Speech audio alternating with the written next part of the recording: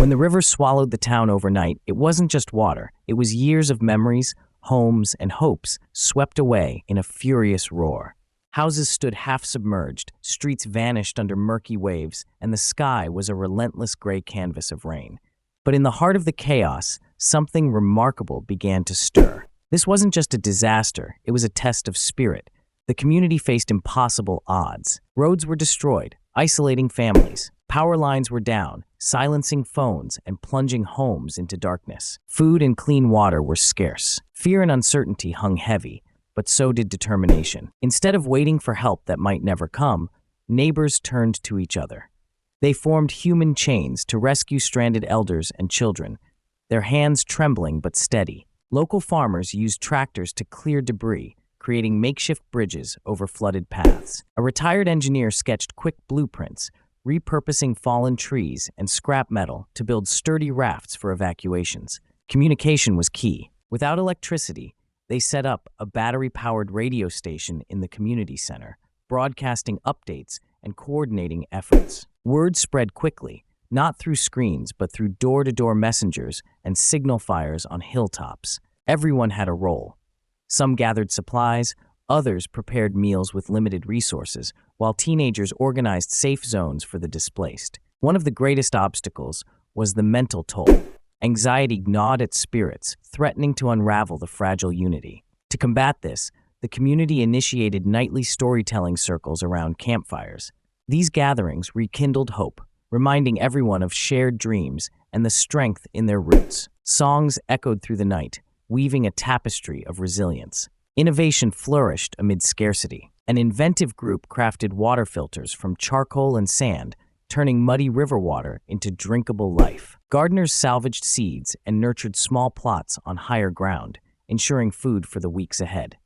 Children, once frightened, became ambassadors of optimism, painting murals on temporary shelters that depicted a future rebuilt stronger.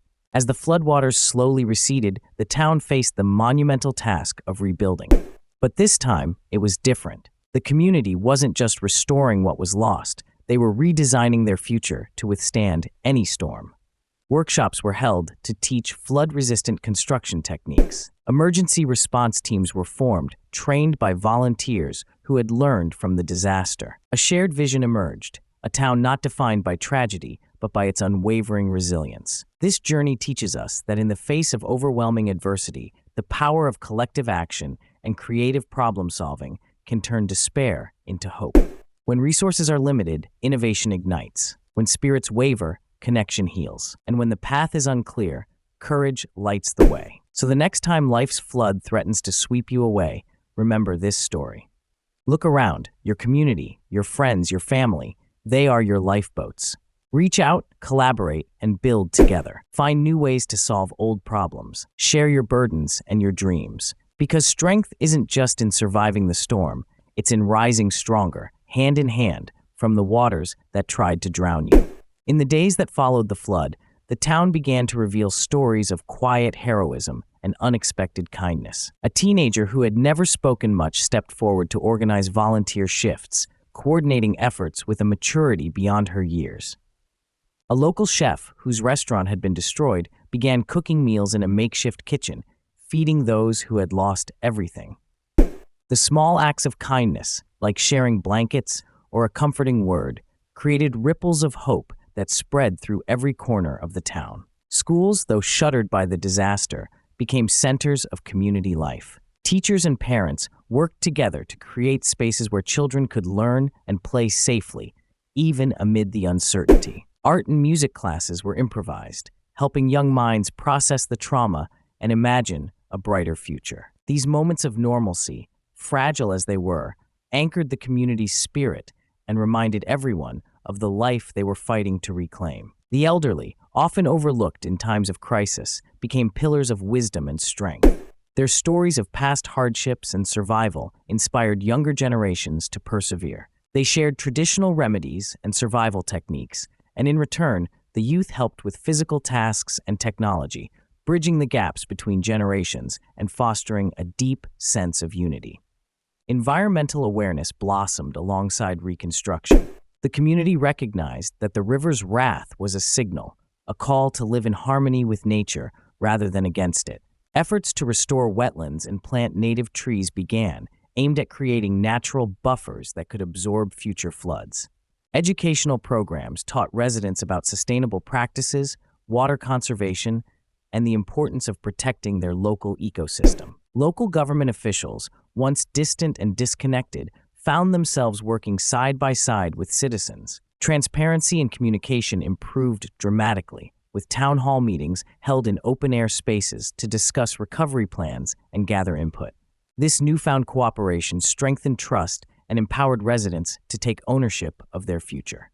Businesses, too, adapted and innovated. Entrepreneurs developed flood-resistant designs for shops and homes, integrating technology that could alert residents to rising water levels. Some started cooperatives to share resources and reduce costs, while others launched online platforms to connect buyers and sellers during rebuilding. The economy, though battered, began to pulse anew with creativity and resilience. The flood's aftermath also sparked a deeper reflection on community values. People realized that true strength came not from individual wealth or possessions, but from relationships and mutual support. Festivals and cultural events resumed with renewed significance, celebrating survival and unity. These gatherings reinforced a collective identity, reminding everyone that they were part of something larger than themselves. Mental health support became a priority. Counselors and volunteers offered group sessions and one-on-one care, addressing the invisible wounds left by trauma. Meditation and yoga classes were organized in open fields, providing spaces for healing and connection. The community recognized that recovery was not just physical, but emotional and spiritual as well. As months turned into years, the town transformed. New buildings rose with flood-resistant designs. Gardens flourished on rooftops and balconies, and streets were lined with native plants that helped manage rainwater. Emergency drills became routine, ensuring everyone knew how to respond quickly and safely. Children grew up with stories not just of loss, but of hope, resilience, and the power of coming together. The river, once a source of fear, became a symbol of life and renewal. Festivals celebrated its beauty and bounty, and educational programs taught respect and stewardship. The community's relationship with the river evolved from one of conflict to coexistence, embodying a sustainable vision for generations to come. This story is not just about surviving a flood.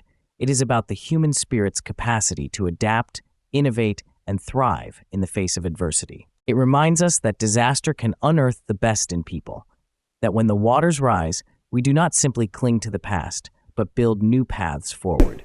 So when challenges come, and they always do, remember this journey. Embrace the power of your community. Seek out creative solutions. Offer kindness and support, and never underestimate the strength found in shared purpose. Because together, we can weather any storm and emerge stronger, wiser, and more connected than ever before.